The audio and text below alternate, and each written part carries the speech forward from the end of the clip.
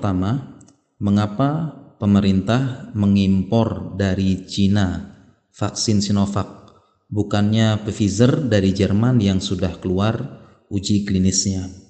Jawabannya, alasan yang pertama perlu diketahui bahwa vaksin ini butuh tempat penyimpanan.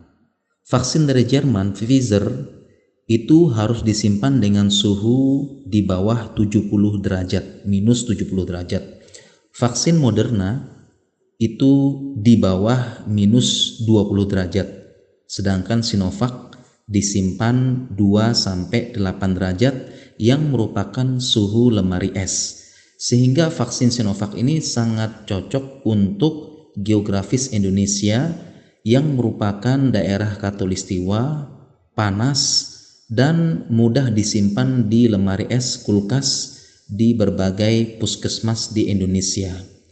Kemudian bentuk negara Indonesia adalah kepulauan, sehingga apabila kita memakai lemari es yang di bawah 70 dan 20 derajat, artinya minus di bawah 20 atau minus di bawah 70 derajat, ini akan sulit dengan geografi Indonesia yang merupakan bentuk kepulauan. Harus pakai pesawat dulu, harus pakai kapal dulu. Sedangkan tidak semua tempat atau rumah sakit puskesmas punya kulkas minus 20 atau 70 derajat. Ini sangat jarang sekali, dan harga kulkasnya juga atau freezernya ini sangat mahal. Apabila ingin dipesan, tentunya butuh birokrasi, butuh dana lagi, butuh pemesanan dalam jumlah yang banyak, mencari penyedia yang banyak, belum lagi butuh menyebarkan kulkas ini ke seluruh Indonesia dengan bentuk kepulauan. Ini butuh waktu. Kemudian alasan kedua, ternyata Indonesia tidak hanya mengimpor vaksin Sinovac saja, tapi vaksin lain juga diimpor oleh Indonesia, seperti Pfizer, Sinovac, Moderna, dan sebagainya. Dan ini sudah tertuang dalam surat keputusan Menteri Kesehatan Menkes /9860/2020. Jadi yang pertama yang sesuai dengan geografis Indonesia adalah Sinovac, dan Indonesia akan mengimpor vaksin-vaksin yang lainnya lagi. Kemudian seringkali para dokter ditanya kenapa harus Cina. Jawabannya, memang kebijakan ekspor impor itu di tangan pemerintah, dan pemerintah yang ketuk palu. Tugas dokter adalah memastikan vaksin tidak dilepas ke masyarakat sampai selesai tahap uji akhir dan jelas efektivitasnya. Kemudian pertanyaan selanjutnya, kenapa Cina malah impor vaksin dari Jerman? Menyebar berita bahwasanya Indonesia impor dari Cina, Cina tidak pakai vaksinnya sendiri, malah pakai vaksin dari Jerman. Ini tentu tidak benar beritanya. Kenapa? Pertama, Cina sudah memakai vaksin buatan mereka sendiri, Sinovac. Kemudian yang kedua, impor vaksin dari Jerman untuk keperluan penelitian kerjasama akademik. Kemudian yang ketiga, beberapa daerah Cina sangat dingin, sampai minus di bawah 0 derajat, sehingga cocok dengan suhu vaksin dari Jerman. Kemudian yang keempat, ada info bahwa Cina membeli untuk dijual kembali dan untuk kebutuhan bisnis. Kemudian pertanyaan selanjutnya, kenapa uji cobanya di Indonesia? Apakah kita menjadi kelinci percobaan Cina? Jawabannya tidak.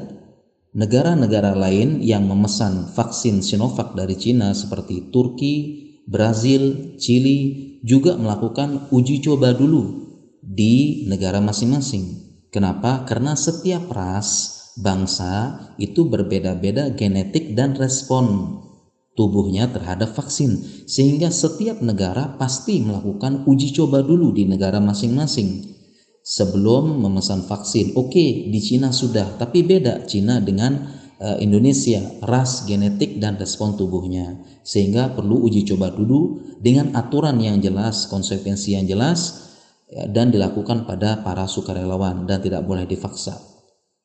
Kemudian lalu bagaimana efektivitas vaksin Sinovac? Jawabannya, untuk di Indonesia kita tunggu hasilnya.